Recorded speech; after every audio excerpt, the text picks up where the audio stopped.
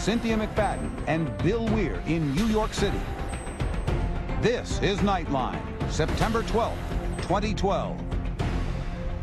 Good evening, I'm Terry Moran. Tonight, Americans under siege after heavily armed militants stormed the U.S. consulate in Libya, leaving the American ambassador and 3 others dead in the town of Benghazi. That's the same city that was once at the heart of the Arab Spring revolutions. As President Obama condemned this outrageous attack tonight, anti-American protests are spreading right across the Middle East in response to an inflammatory anti-Muslim film, one backed by an infamous Koran-burning preacher.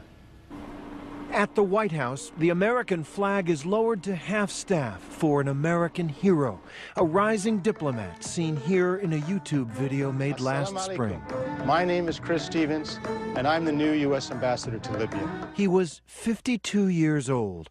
Chris Stevens was a former Peace Corps volunteer, a gentleman in every sense of the word, an idealist. Since joining the Foreign Service, I've spent almost my entire career in the Middle East and North Africa. Secretary of State Hillary Clinton, who sent Stevens to Libya, remembered him today. He risked his life to stop a tyrant, then gave his life trying to help build a better Libya. The world needs more Chris Stevenses. The attack came at night. 10 p.m., the city of Benghazi, Libya, 9/11. Heavily armed militants, about 20 of them, stormed the U.S. consulate and overwhelmed local security guards. No U.S. Marines at this posting. Inside, Ambassador Chris Stevens and several other Americans are trapped, pinned down by intense smoke and gunfire. The coordinated and disciplined attack rages on for 5 hours. Chris Stevens dies of asphyxiation, along with Sean Smith, a young husband and father, and information specialist. 2 other Americans are killed elsewhere. There is no justification for this. None. Cities across the Middle East are tense, some exploding in violent protests, like Cairo, where a mob breached the grounds of the U.S. Embassy last night. Some protesters are still there, one telling ABC's Lama Hassan today that he wants blood. Want to fire a rocket into the embassy? Why? What's inflamed the mad passions of mobs and protesters in the streets? A movie. An incredibly amateurish, crude, and nasty movie made in the United States and released on YouTube. Innocence of Muslims, it's called. And it depicts the Prophet Muhammad as a dope, a fraud, a pedophile, and a womanizer. Among the Americans promoting this piece of hate speech, this guy. We are clearly against a radical Islam. Pastor Terry Jones, remember him? For a few tense days 2 years ago, Jones basked in a dangerous international controversy he ignited by declaring he would burn a Koran, the holy book of Islam. Christians sometimes ask, what would Jesus do? Do you really think that Jesus Christ, if he were here today, would say, Pastor, go burn that holy book? Absolutely. Jesus Christ would say that? Absolutely.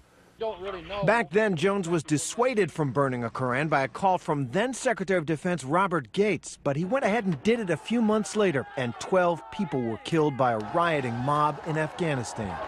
In your eyes, in my eyes, no matter what that church does, if you retaliate, then we will retaliate. I believe we need to send a message to them. Not try to blame us or send us a message. We need to send a message to radical Islam.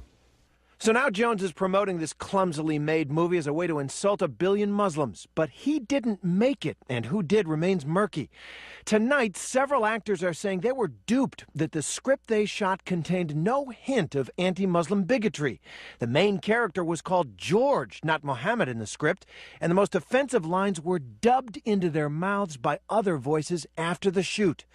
We were supposed to be playing a film of how life was 2,000 years ago.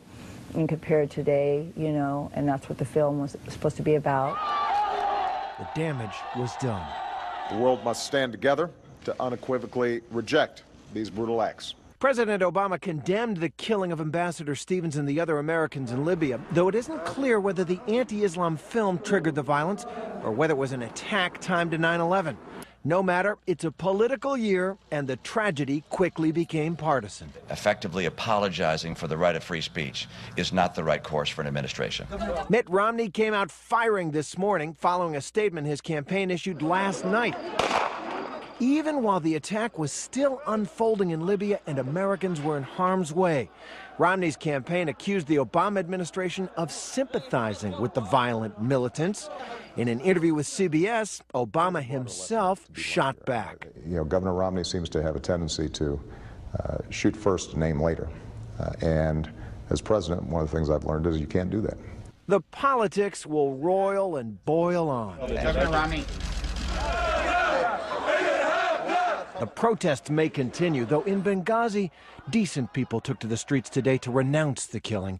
And other Americans, heroes too, will take up the work of the soft-spoken ambassador and his colleagues who gave their lives last night for us. I look forward to exploring those possibilities with you as we work together to build a free, democratic, prosperous Libya. See you soon. I met Chris Stevens in Libya last year. He was a good man. May he rest in peace.